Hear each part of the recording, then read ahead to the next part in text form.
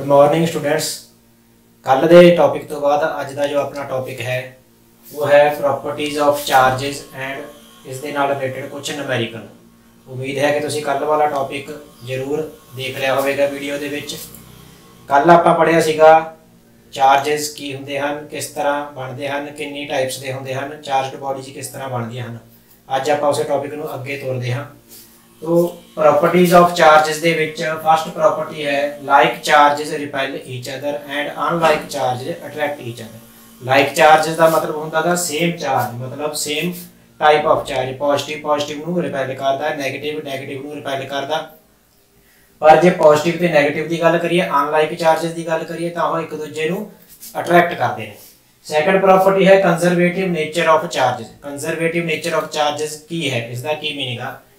According to this nature, charge can neither be created nor be destroyed, but it can be transferred from one body to another body by the process of rubbing or any other method. The conservation of charge क्या? Total charge किसी भी body ते conserve रहता है जेकर आपां किसी दो बॉडी जिन्हों रब करते हैं उस तो बाद भी। फॉर एग्जांपल जिवें आपां गल करिए, कल आपां पढ़िया सीगा सिल्क अते सिल्क के कपड़े में जेकर आपां ग्लास रॉड नाल रब करते हैं तो ग्लास रॉड तो इलैक्ट्रॉन्स ट्रांसफर हो जाते हैं कि सिल्क के कपड़े में। इट मीनस जेकर आपां फॉर एग्जांपल लईए कि पहला 100 इलैक्ट्रॉन सीगे सिल्क के उपर ते 100 इलैक्ट्रॉन सीगे ग्लास रॉड के उपर। जदों रबिंग करन तो बाद ट्रांसफर ऑफ चार्जेस होया, मान लो 10 इलैक्ट्रॉन उधर जंप कर गए, 10 इलैक्ट्रॉन ने जिहड़े रॉड तो सिल्क के कपड़े में ट्रांसफर हो गए। तो इट मीनस बाद दे विच उत्थे इलैक्ट्रॉन 90 बच गए ग्लास रॉड के उपर ते सिल्क के कपड़े उपर चार्जेस किन्ने बन गए 110। बट जिहड़ा टोटल चार्ज आ पहला भी 100 प्लस 100 200 सीगा ते बाद विच भी 200 ही रहणगे। इसका मतलब है कंजरवेटिव नेचर ऑफ चार्जेस। ते हुण आपां अगे पढ़ांगे थर्ड प्रॉपर्टी। थर्ड प्रॉपर्टी जो है अपनी वेरी इंपॉर्टेंट है, quantization of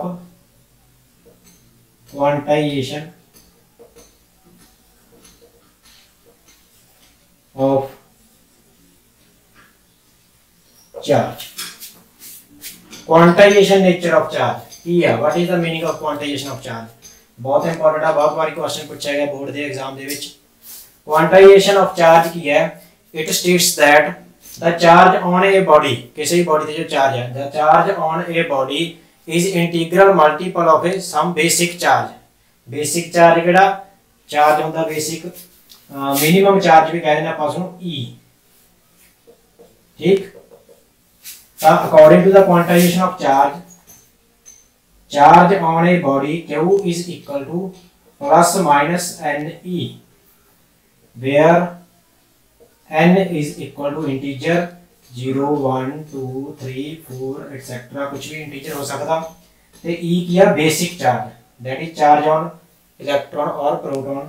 it may be positive और negative 1.6 into 10 raised to power -19 coulomb. ये बेसिक चार्ज आ। कि क्वांटाइजेशन ऑफ चार्ज की कह रहा है कि किसी भी बॉडी पे जो टोटल चार्ज होएगा वो integral multiple of some basic charge होएगा। बेसिक चार्ज है अपने कोले इलेक्ट्रॉनिक चार्ज। ये सीगा अपने कोले क्वांटाइजेशन ऑफ चार्ज। ते ये वेरी इंपॉर्टेंट हैगा। इस दे नाल इस दे रिलेटेड न्यूमेरिकल भी कई बार बोर्ड दे विच पूछा गया, इसनूं चंगी तरह पढ़ लेना। क्वांटाइजेशन ऑफ चार्जेस का एक होर मीनिंग है। क्वांटाइजेशन ऑफ चार्ज का मतलब है कि जो बेसिक चार्ज है ई उसनूं अगे तोड़िया नहीं जा सकता। बेसिक चार्ज नूं अगे होर ब्रेक नहीं किया जा सकता। मतलब जिवें आपां कहिए भी ਉਹਦਾ ਅੱਧਾ ਹੋ ਗਿਆ, ਅੱਧਾ ट्रांसफर हो गया, ਅੱਧਾ रह गया, इस तरह नहीं पॉसिबल है। Fraction is not possible of E, basic charge E. But जो लेटेस्ट स्टडी है ਉਹਦੇ ਵਿੱਚ क्वार्क्स की जो खोज हुई है, क्वार्क्स इस तो भी बेसिक चार्जेस ने, ਉਹਦੇ ਵਿੱਚ ਇਹ ਦੱਸਿਆ ਗਿਆ कि जो चार्ज है उसनूं E/3 ਤੇ 2E/3 ਦੇ फ्रैक्शन ਦੇ ਵਿੱਚ ਮਿਲਦੇ ਹਨ। पर ਇਹ ਆਪਣੇ ਸਿਲੇਬਸ ਤੋਂ ਬਿਯੋਂਡ ਆ। +2 तक ਤੁਸੀਂ ਨੇ यही लिखना कि जो बेसिक चार्ज ई है उसनूं अगे फ्रैक्शन वो नहीं है, उसका पॉसिबल नहीं है। ठीक, ते इट मीनस कि जो चार्जेस ने वो इंटीग्रल मल्टीपल दे विच ही ट्रांसफर होंदे ने one body to another body.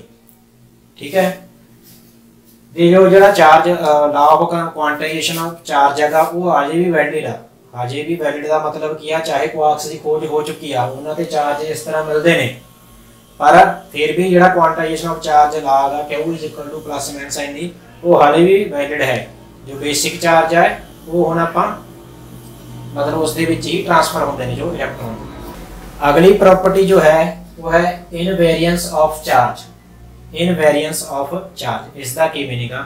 इसका मतलब यह है कि charges are not affected by the speed और फ्रेम ऑफ रेफरेंस। मतलब कि स्पीड चार्जेस की कितनी मर्जी हो जाए, कोई चार्ज बॉडी या कोई चार्ज पार्टिकल आ, वो चाहे थोड़ी जीरो स्पीड ते चाहे रेस्ट ते, चाहे वो वेलोसिटी ऑफ लाइट नाल जा रहा, स्पीड ऑफ लाइट नाल जा रहा, उसकी चार्ज वैल्यू तो कोई फर्क नहीं पड़ेगा, जिन्ना उसका चार्ज है उन्ना ही रहेगा। ठीक। तो दूजा जो गल है फ्रेम ऑफ रेफरेंस की, फ्रेम ऑफ रेफरेंस चेंज होने नाल भी किसी बॉडी के चार्ज से कोई फर्क नहीं पैंदा। इट रिमेन्स इनवेरिएंस, मतलब ये बदलता नहीं है। For example frame of reference change करने नाल किस तरह किसी बॉडी की जिवें पोजीशन की गल कर लो, पोजीशन हैगा है ना किसी बॉडी का, मान लो आ ओरिजिन लिया मैं, इस ओरिजिन के अकॉर्डिंग जो ए पॉइंट है, इस ओरिजिन के अकॉर्डिंग जो ए पॉइंट है, इसकी डिस्टेंस हो सकता 10 सेंटीमीटर या 10 इंच हो गए। ठीक, 10 इंच हो गए। बट जे मैं यही ओरिजिन इत्थे लेना तो इत्थों ये 2 या 3 इंच दूर है, तो ये फ्रेम ऑफ रेफरेंस चेंज करने नाल कि किस नज़रिए तो आप देख रहे हैं उसके चेंज होने नाल किसी बॉडी की जो पोजीशन है वो चेंज हो सकती है, वेरिएंस हो सकती है। बट जो चार्ज की गल है, मान लो इत्थे चार्ज पिया Q, एक चार्ज पिया Q, चाहे तुसी उसनू इस ओरिजिन तो देखो चाहे तुसी इस ओरिजिन तो देखो, उससे चार्ज Q का Q ही रहेगा। It remains invariance. अगली जो प्रॉपर्टी है charges are additive in nature. Charges are additive in nature का की मीनिंग है कि जो भी charge total charge on a body is sum of all the charges present in the body. कोई भी छोटे छोटे चार्जेस प्रेजेंट हो सकते हैं एक बॉडी दे विच, बड़ी बॉडी है जिहड़ी कोई छोटियां बॉडीज तो मिलके बनी हो सकती है, जिवें एटम आ, एटम दे विच प्रोटॉन्स होंदे ने, न्यूट्रॉन्स होंदे ने ते इलेक्ट्रॉन्स होंदे ने। प्रोटॉन्स दा ते पॉजिटिव चार्ज हुंदा, इलेक्ट्रॉन्स ते नेगेटिव चार्ज हुंदा गा, ते न्यूट्रॉन ते कोई चार्ज नहीं हुंदा। ते जिहड़ा टोटल चार्ज ऑन एटम आ वो सारिਆਂ ਦਾ सम होगा, charges on proton, charges on electron ते चार्जेस ऑन न्यूट्रॉन। ते एटम के उपर जे आप गल करिए, एटम जो न्यूट्रल होंदा गा, न्यूट्रल एटम के उपर हमेशा जो चार्ज है, न्यूट्रल एटम के उपर चार्ज कितना होंदा गा, टोटल चार्ज वो हमेशा 0 होंदा, क्योंकि उहदे विच सेम नंबर ऑफ इलेक्ट्रॉन्स ते प्रोटॉन्स होंदे ने, जिहदे करके पॉजिटिव ते नेगेटिव चार्ज एक दूजे नूं ऐड होने करके कैंसल आउट कर देंगे। हुण आपां कुछ न्यूमेरिकल प्रॉब्लम्स करांगे NCERT की बुक तो, जो कि आपां टॉपिक पढ़िया क्वांटाइजेशन ऑफ चार्ज, उससे ही ज़्यादातर रिलेटेड हैं। तो सब तो फर्स्ट न्यूमेरिकल है a polythene piece rubbed with wool is found to have a negative charge of 3 × 10⁻⁷ coulomb. First part estimate the number of charges transferred from where to where. Second B part, is there any transfer of mass from wool to polythene? ये दो question पूछे गए ने। इस numerical दे विच आपां नूं की लिखना, हेयर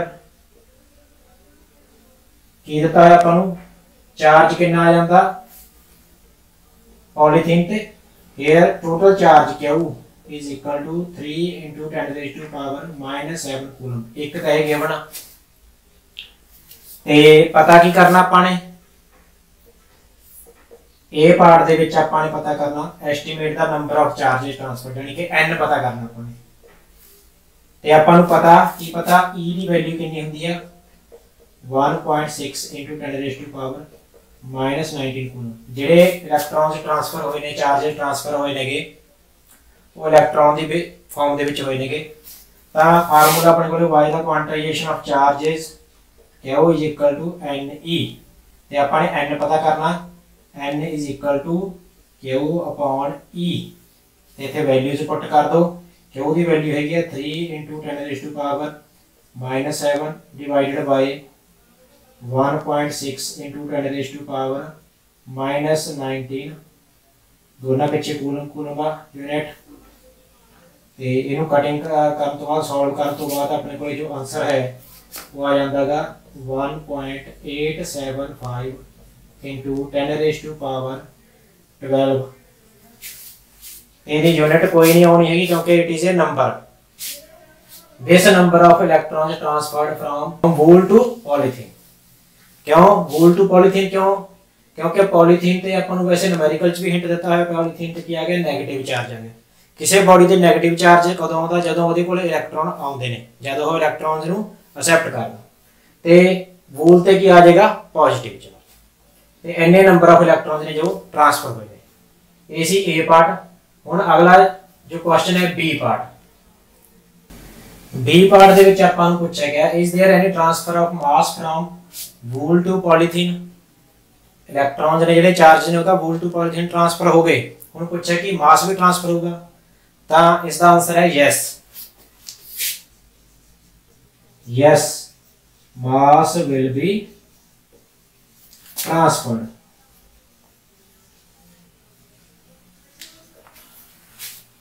ਚਾਰਜ ਤੇ ਮਾਸ ਦੇ ਵਿੱਚ ਇਹੀ ਡਿਫਰੈਂਸ ਆ। ਚਾਰਜ ਜਦੋਂ ਚਾਰਜ ਕਿਸੇ ਵੀ ਬੋਡੀ ਦਾ ਉਹ ਕੀ ਰਹਿੰਦਾ? ਕੰਜ਼ਰਵ ਰਹਿੰਦਾ ਤੇ ਮਾਸ ਕੰਜ਼ਰਵ ਨਹੀਂ ਰਹਿੰਦਾ। ਠੀਕ, ਇਹ ਆਪਾਂ ਬਾਅਦ ਵਿੱਚ ਡਿਫਰੈਂਸ ਦੇ ਵਿੱਚ ਵੀ ਪੜਾਂਗੇ। ਮਾਸ ਕਿਸ ਤਰ੍ਹਾਂ ਹੁਣ ਟ੍ਰਾਂਸਫਰ ਹੋ ਰਿਹਾਗਾ? क्योंकि सिंगल इलेक्ट्रॉन का मास होता one mass of single electron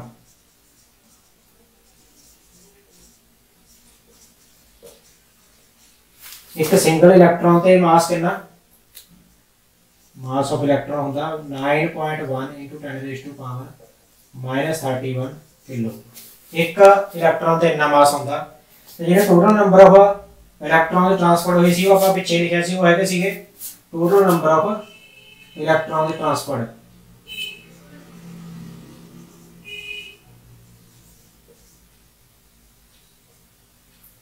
total number of electrons कितने सी हो 1.875 इंटू 10⁻12। का टोटल मास ट्रांसफर कितना है?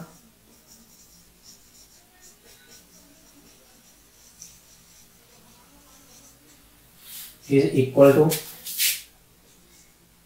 n into me number of charges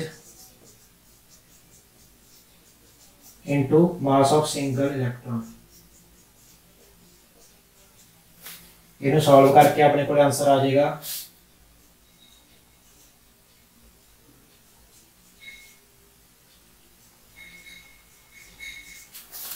approximately 17.6 into 10⁻⁻19 kilogram. इन्ना मास इलेक्ट्रॉन के ट्रांसफर होने करके क्योंकि मास इलेक्ट्रॉन के भी मास होता तो इन्ना मास भी ट्रांसफर हो जाएगा फ्रॉम वूल टू पॉलीथीन। ये सी अपना फर्स्ट न्यूमेरिकल।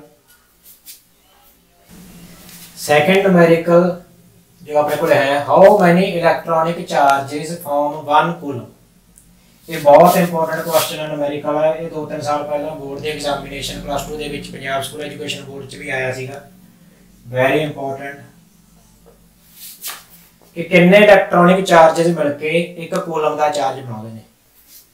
तो इतने अपने को सोल्यूशन की है इसका ਆਪਾਂ ने कितना चार्ज बनाना 1 कूलम। तो टोटल चार्ज अपने को गिवन है वो है 1 कूलम। ਤੇ ਆਪਾਂ ने पता की करना वही पहला ले वांगू नंबर ऑफ चार्जेस कितने इलेक्ट्रॉनिक चार्जेस ਤੇ E ਦੀ ਵੈਲਿਊ ਆਪਾਂ ਨੂੰ ਪਤਾ ਕਿੰਨੀ ਹੁੰਦੀ ਆ 1.6 into 10⁻⁻19 ਕੂਲਮ। ਤੇ ਆਪਣੇ ਕੋਲੇ ਫਾਰਮੂਲਾ y ਦਾ quantization of charges Q is equal to Ne ਤੇ ਆਪਾਂ ਨੇ n ਪਤਾ ਕਰਨਾ n is equal to Q by E। Q the value ਕਿੰਨੀ ਆ 1 by 1.6 into 10⁻⁻19।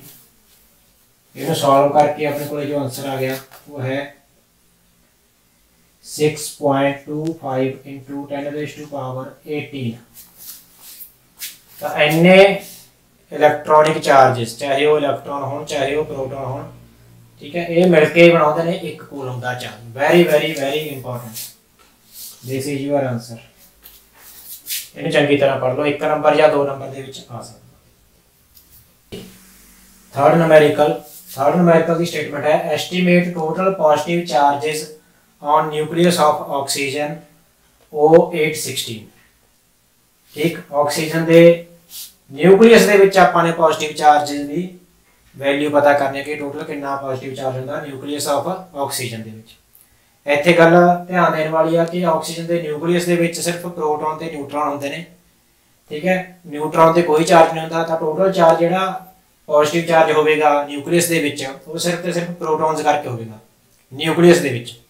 ते एटम दे उपर जे आपां गल करिए तां उहदे विच एटम दे विच न्यूक्लियस दे विच जो प्रोटॉन ने न्यूट्रॉन ने वो भी आ जाते हैं, ते नाल दी नाल इलैक्ट्रॉन जो उसके आले दुआले रिवॉल्व करते हैं वो भी विच आ जाते हैं, जिसके करके total charge on oxygen atom का 0 होवेगा।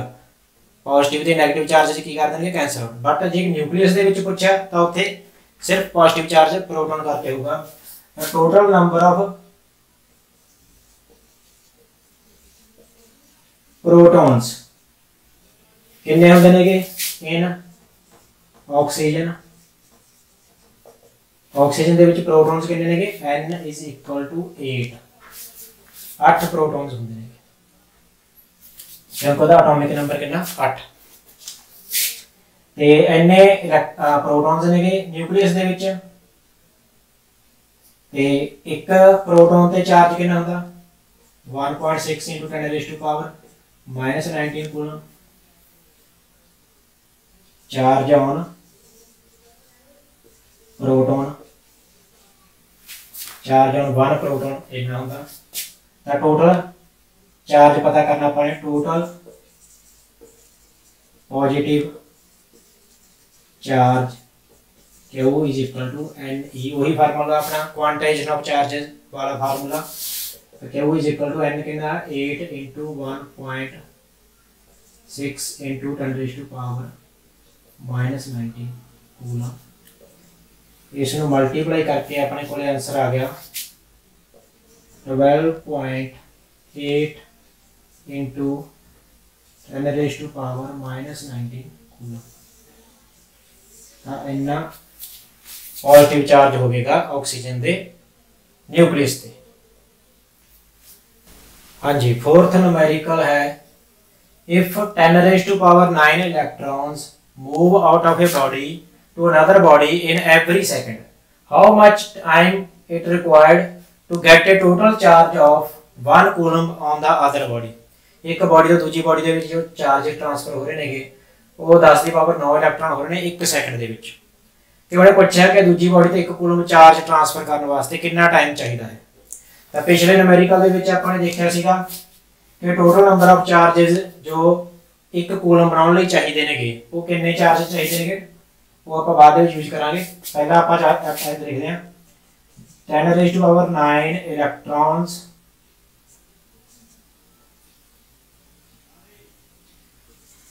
Move to another body in 1 second. 1 second ਦੇ ਵਿੱਚ ਇੰਨੇ ਇਲੈਕਟ੍ਰॉन मूव ਹੁੰਦੇ ਨੇ। ਤਾਂ 1 electron move in other body 1/10⁻⁹ second ਇੰਨੇ ਟਾਈਮ ਦੇ ਵਿੱਚ मूव ਹੋਏਗਾ। ਤੇ ਆਪਾਂ ਦੇਖਿਆ ਸੀ 1 ਕੂਲਮ ਚਾਰਜ ਬਣਾਉਣ ਦੇ ਲਈ ਕਿੰਨੇ ਇਲੈਕਟ੍ਰॉन ਚਾਹੀਦੇ ਸੀਗੇ, ਉਹ ਸੀਗੇ 6.25 × 10⁻18। ਇੰਨੇ ਇਲੈਕਟ੍ਰॉन्स ਆਪਾਂ ਪਿਛਲੇ ਨਿਊਮੈਰੀਕਲ ਦੇ ਵਿੱਚ ਪਤਾ ਕਰ ਚੁੱਕੇ ਹਾਂ। ਸੋ ਇੰਨੇ ਇਲੈਕਟ੍ਰॉन्स मूव ਕਰਨੇ ਪੈਣਗੇ ਤਾਂ ਦੂਜੀ ਬਾਡੀ ਦੇ ਉੱਪਰ 1 ਕੂਲਮ ਚਾਰਜ ਆਏਗਾ। ਇੰਨੇ ਇਲੈਕਟ੍ਰॉन्स मूव ਹੋਣ ਦੇ ਲਈ ਕਿੰਨਾ ਟਾਈਮ ਲੱਗੇਗਾ 1/10⁻9 into 6.25 into 10⁻18। कटिंग करके सोल्यूशन जो अपने को आ गया वो है 6.25 into 10⁻9 सेकंड्स। इस सेकंड्स ਦੇ ਵਿੱਚ आंसर आ टाइम। ਜੇ ਇਸ ਨੂੰ ਆਪਾਂ ਘੰਟਿਆਂ ਦੇ ਵਿੱਚ ਪਤਾ ਕਰਨ ਦੀ ਕੋਸ਼ਿਸ਼ ਕਰੀਏ ਤਾਂ ਅਪਰੋਕਸੀਮੇਟਲੀ ਉਹ ਆ ਜਾਂਦਾ ਹੈ ਆਪਣੇ ਕੋਲੇ।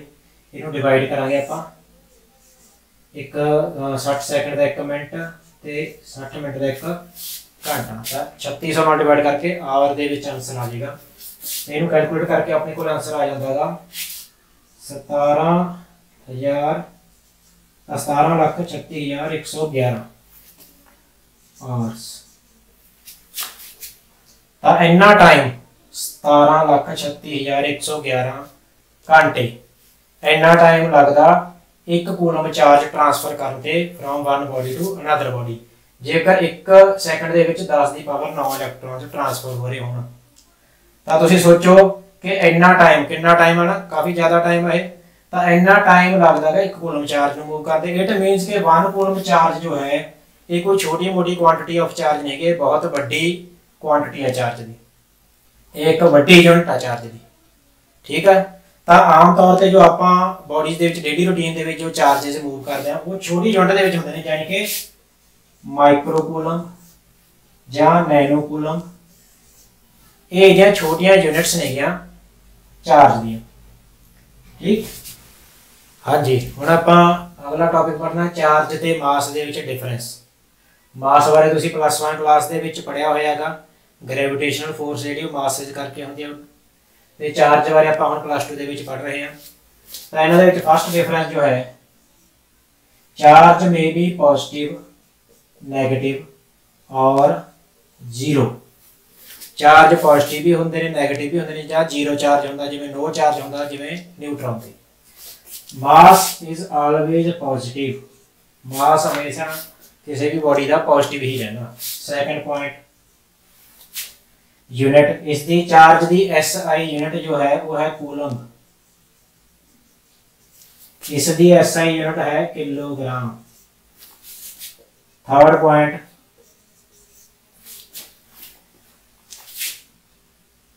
Charge is invariant, invariant with speed.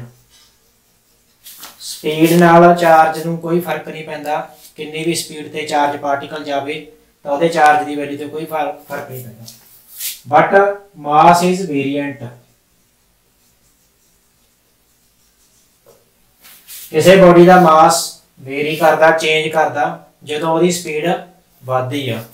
इसकी जो वैल्यू है वो आइंस्टाइन की रिलेशन के नाल आपां दिंदे हां कि mass of a moving body is equal to m0 by √1 - v²/c²। m0 mass है रेस्ट ते, जो कोई चीज़ रेस्ट ते होंदी है तो उसका मास कितना, वो मास, तो जो वेलोसिटी v नाल मूव करती है तो इस फार्मूले के अकॉर्डिंग उसका मास आ जो वो बढ़ता रहता, चेंज होता रहता, तो यह इनवेरिएंट नहीं है, वेरिएंट है। फोर्थ पॉइंट है it is always conserved. Charge का आपने कंजर्वेशन लॉ भी पढ़िया, it is always conserved, it is not conserved.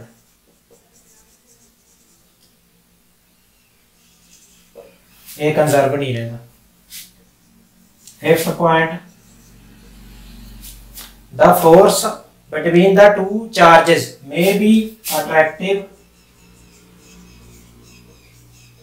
or repulsive। दो चार्जेस दे विच जो फोर्स आ वो अट्रैक्टिव और रिपल्सिव हो सकती है। बट मास के केस दे विच, दो मासेस दे विच जो फोर्स आ ऑलवेज अट्रैक्टिव हुंदी है। इस फोर्स नूं आपां ग्रेविटेशनल फोर्स कहते हैं, ते इस फोर्स नूं आपां इलैक्ट्रोस्टैटिक फोर्स कहते हैं। सो अज का जो टॉपिक सीगा वो आपां इत्थे ही खत्म करते हैं। तो मैनूं उम्मीद है कि तुहानूं टॉपिक चंगी तरह समझ लग्या होवेगा। पहला पिछली वीडियो जरूर देखो, फिर तुहानूं ये अगला टॉपिक समझ लगेगा। अज दे जो न्यूमेरिकल कीते ने आपां ने वो बहुत इंपॉर्टेंट ने ते सिंपल भी ने। मेरे YouTube ते चैनल फिजिक्स बाय सिद्धू साहब नूं जे हजे तक तुसीं सबसक्राइब नहीं कीता तां सबसक्राइब करो, ते अज दे जो टॉपिक बारे कोई क्वेश्चन होवे वो तुसीं कमेंट बॉक्स दे विच पुछ सकदे हो। वीडियो नूं लाइक करो, शेयर करो। Thank you.